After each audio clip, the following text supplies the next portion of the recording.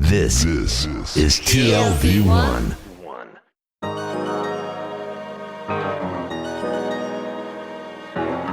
The Tel Aviv Review. I'm now delighted to be joined by Dr. Rachel Pear.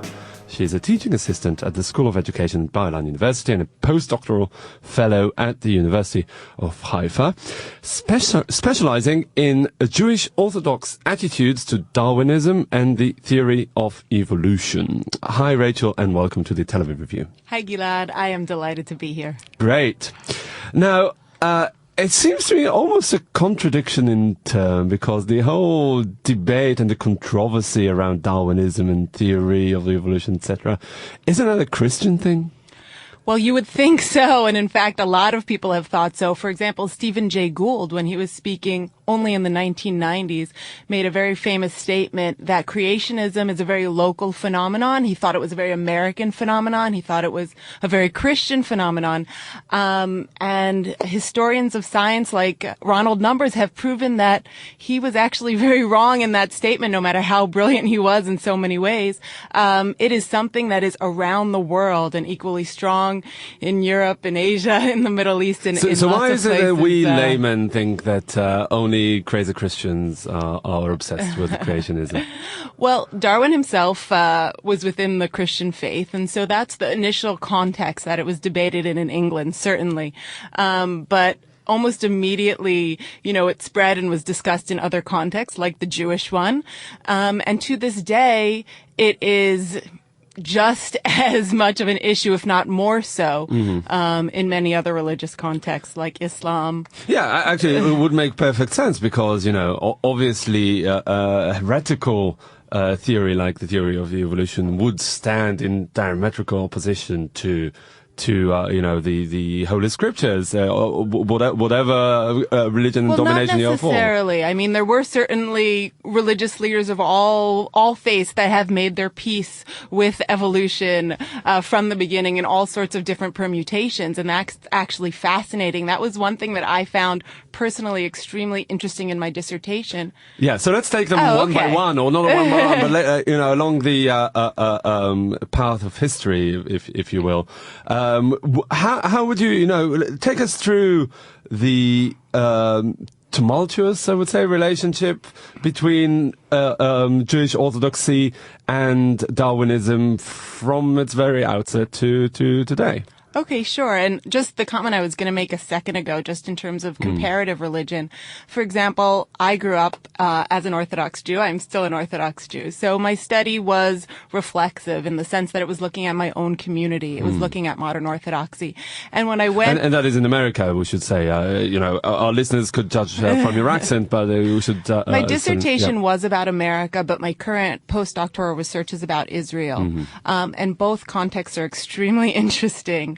We'll get to the comparative aspect in a minute, because it is interesting to look at America as opposed to Israel. But I'm for now I'd like to hear about what was like what were the initial reactions of Jewish Orthodox leaders to Darwinism when it first emerged. I'm getting to that. In the middle of the 19th century, in the 1850s, was it, right? Yeah, 1859 was the publication of The Origin of the Species. And I will get to that in 1 minute. I just had I was brought up in this modern Orthodox tradition, which said there was no problem with evolution. And actually, when I went on to study archaeology, I specifically chose prehistoric archaeology because I felt this was something that maybe would be less complicated even than biblical archaeology or other things like that. And then I went on to find in Israel and in other places how much more complicated prehistoric archaeology and the theory of evolution is for certain religious leaders. And all I wanted to say was the same things I heard as a child in a Jewish Orthodox upbringing in terms of different ways that scriptures and evolution have been synthesized that I thought were Jewish answers to the question. When I became a researcher, I saw that the same answers were given in Christianity also in the beginning of the 20th century. And there was a lot of openness to things that now are considered much more controversial within Christianity. Christianity. So I'll go back to the beginning, but I just want to say there have been a lot of changes over the 20th century. So in terms of Jewish responses to Darwin, when Darwin first published his work, my dissertation doesn't begin until 1925 in America. But basically there were rabbis from the beginning who said that there were no problem, like Abraham Isaac Cohen Cook, who's a very famous personality here in Israel. He actually wrote extremely positively about evolution. He said that it's the world coming around to a Jewish perspective on reality. He really liked the idea of life continually growing, and obviously he saw it in a very positive sense of there being progress. As in this the forefather of the Israeli version of modern Orthodoxy, also known as religious Zionism, right? Yes.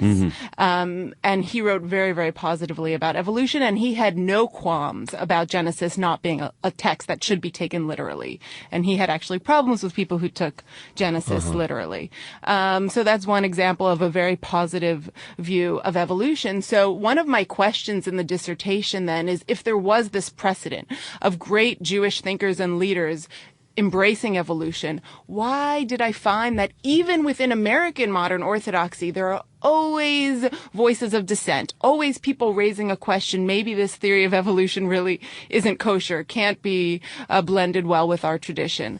And I found different answers in different decades, which was very interesting.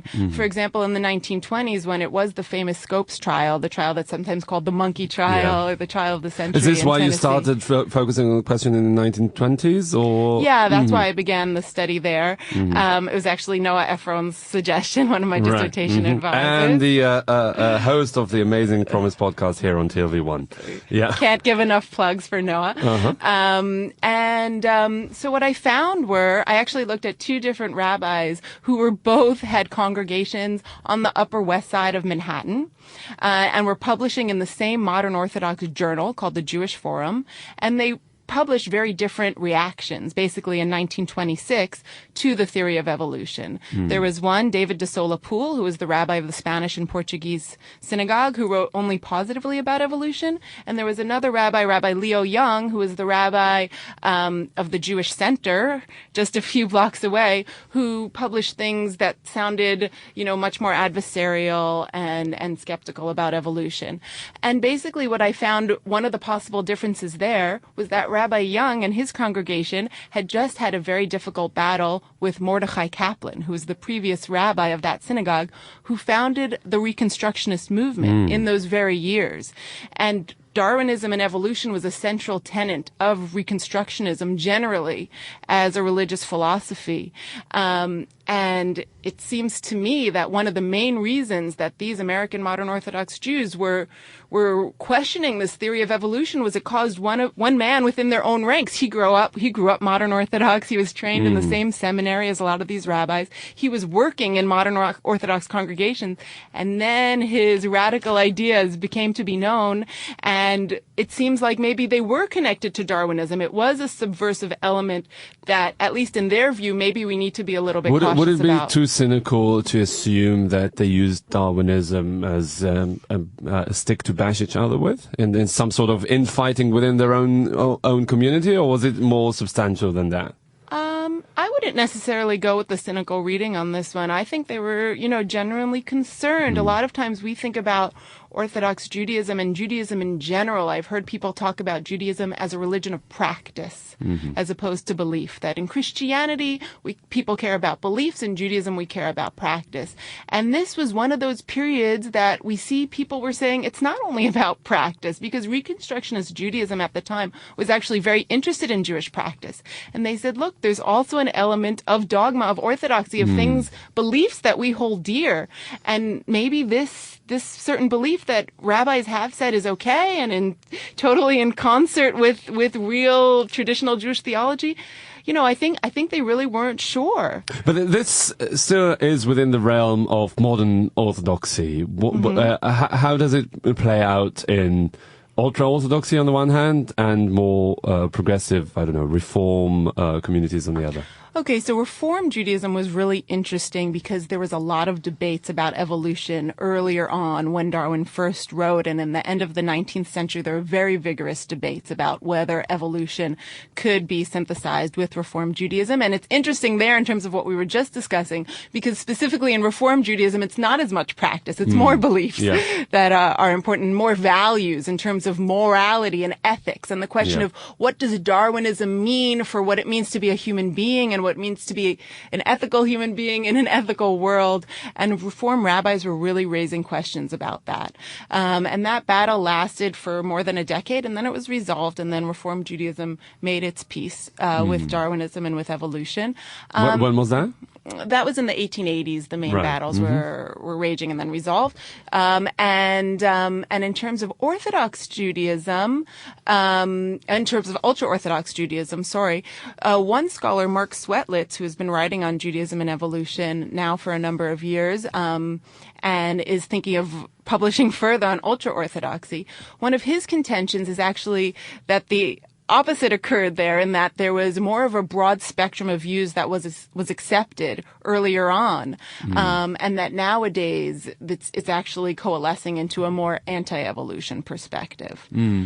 So I felt that modern Orthodoxy, which was a group in between the more liberal movements in Judaism and the more conservative ultra-Orthodox movements in Judaism, sort of felt that tension and sort of remained in tension with the question throughout the period I investigated. And they had elements within them that just wanted to make peace and say there's no issue here, and elements that were always sort of raising the question. To what extent was it really in response to the centrality of this debate in American society at large? Was it in some way a mirror image of it? It's very interesting to watch that dance between what's happening in Christianity and what's happening in Judaism. And one of the key periods for that is actually the 1960s, which is when historians of science see the current creationist movement really taking off and really beginning its current march to triumph in Christianity. And what I found in American Orthodoxy was that was a very important period for the resurgence of the issue. I looked at an association called the Association of Orthodox Jewish Scientists. This organization was started in 1948, not ironically. Yeah. And I found the name of the person who started this organization. He started it in New York City. Yeah. His name was Elmer Offenbacher, and I saw that he was a professor of physics in Temple University. So I wrote an email to a Temple University email. Lo and behold, I got an answer. The man lives across the street from me in Jerusalem. Wow, amazing. And he was sitting in an office in Givat Ram in Hebrew University while I was sitting in the National Library. And I've had the chance to sit and meet with him. And he is a very interesting person and has helped me chronicle the history of this organization. And both from his testimony and from my search within the documents of this organization, evolution did not arise as an important issue in the late 1940s and the 1950s, only in the 1960s when it became an issue for Christians in America. And basically there was a change in textbooks at that time in America. There was Sputnik, where we failed in the space race in 1958. The Russians beat us, and the American government said, we need to look at our science curriculum. And one of the things they did was say, we need to make sure we're teaching evolution. And that was because one that of would the... get you to space, yeah. Well, it was just sort of saying, what are we teaching, what are we not teaching? And that caused a lot of the argumentation. And as I said, I met with Dr. Offenbacher, who's never had a problem with evolution, but I also met with people who are living today here in Israel, because the majority of the Association of Orthodox Jewish Scientists, many of them have moved to Israel, and I got to meet them face to face, and I got to meet people who looked me in the eye, who are intelligent people, who are accomplished people, who told me that evolution is imaginary, that it's not true. And I talked to these people, and one of them was a survivor of the Holocaust and did so much in his scientific career. And that was a real experience, meeting these people face to face and really understanding that these are accomplished scientists. Maybe they're not biologists, they're not paleontologists, they're physicists or in other areas, but they truly believe that on the scientific evidence, they do not accept Darwinism to this day. So. No, let's take it to Israel, because you said many of them have moved to Israel, and we are here in Israel. And You're one of them just Israel. testified in front of the Knesset committee that is currently discussing the situation. Exactly. So it's also topical, because in Israel, unlike America, as far as I can remember, it was never a serious issue or a hotly debated issue until quite recently. And that is, despite the fact that I'd say religious, I wouldn't call it dogma, but religious themes and elements feature heavily in the school curriculum and in the public debate in general. How do you explain that? Well, yes, people love to, agree with Stephen Jay Gould and think this is an American issue, but evolution has popped up in a few places. Even in, let's say, the conversion issue, it was raised if it should be an issue for people who are converting to Judaism to accept things like creationism, or for the rabbis that are converting them. It's popped up in those discussions. But maybe here in Israel, unfortunately, sometimes we take the approach of not addressing things face on. Yeah. Because it's just too much, it's too hard, it's too complicated. Yeah. So we just sort of stick with a status quo, so to speak, and that's one of the things that happened here. Evolution was never mandated as a requirement within the science curriculum in a few different places. Also in the Megama for biology, if you took that as a major in high school, the evolution unit was optional there. And now what they're discussing in the Knesset is Shai Piron's decision that it should be the education minister that it should be taught in the junior high school science curriculum. Now, one of the things interestingly enough, Shai Piron is a rabbi. Yes. He's an Orthodox rabbi. Yes, and one of the things he did there, again, the question is maybe to make it less controversial, he said, let's only teach animal evolution. We don't have to teach human evolution. Okay. But again, I don't know if that's really possible. I'm sure students will ask additional questions and things like that. But that was one of the recommendations. And it was just, you can go online. I can send you the link of the discussion in the Knesset where they discussed Judaism and evolution. And most of the rabbis that were brought there to discuss the issue came out against evolution. Yeah. But still, when you look at the curriculum, even though it's optional, it's still there, in writing. The evolution theory is, almost a given, right? Well, I had a class where we were teaching religious science teachers because we've begun a seminar with a grant from a nonprofit in the United States where myself and two colleagues go in and try to present different Jewish views on evolution. And one of the science teachers she's been teaching, I think, 30 years in the religious stream here. She said she once got a science book that had that picture of, the ape progressing to the man. She said, I'm sending this right back. And that's one of the things here, because we have the different streams, apparently within the religious stream is not taught all the time. I've had experiences with my own children in that regard. No, I want to take it again closer to home. You talked about your own personal background as an Orthodox woman growing up in America, and you said that you see no contradiction between your religious views and the theory of evolution. Can you maybe explain why? Okay, certainly. Well, I am definitely in the camp of Rabbi Cook and other distinguished rabbis. The rabbi who was the leader of my community who passed away already in the 1990s was Rabbi Joseph Soloveitchik, and he also wrote extensively on evolution. So I have to say that in this seminar, what we do is we present three rabbinic views of evolution. There's a rabbi who's writing his dissertation on Rabbi Cook's views of evolution. He presents Rabbi Cook. I present Rabbi Soloveitchik's views. And then we have another colleague who presents the Lubavitcher Rebbe's views. And Rabbi Schneerson, the Lubavitcher Rebbe, did not accept evolution. So some people also raise the question, well, if you're teaching a seminar that's trying to break down the boundaries and get students open to evolution and considering it, why are you also bringing an anti-evolution perspective? But we've actually found that when you teach also the anti-evolution perspective, some students are able to drop their guard down a little bit. They don't feel like they need to constantly be defending the anti-evolution perspective, and it actually makes them more open to hearing the pro-evolution perspective. Okay. Rachel Pear, I think I could have spent the rest of my life having this conversation, but I'm afraid we don't. We've run out of time. Dr. Rachel Pear, teaching assistant at the School of Education at Bar-Ilan University and a postdoctoral fellow at the University of Haifa, specializing in Jewish Orthodox attitudes to Darwinism. Thank you so much for coming in. This was really fascinating. Thanks, Gilad. I appreciate it.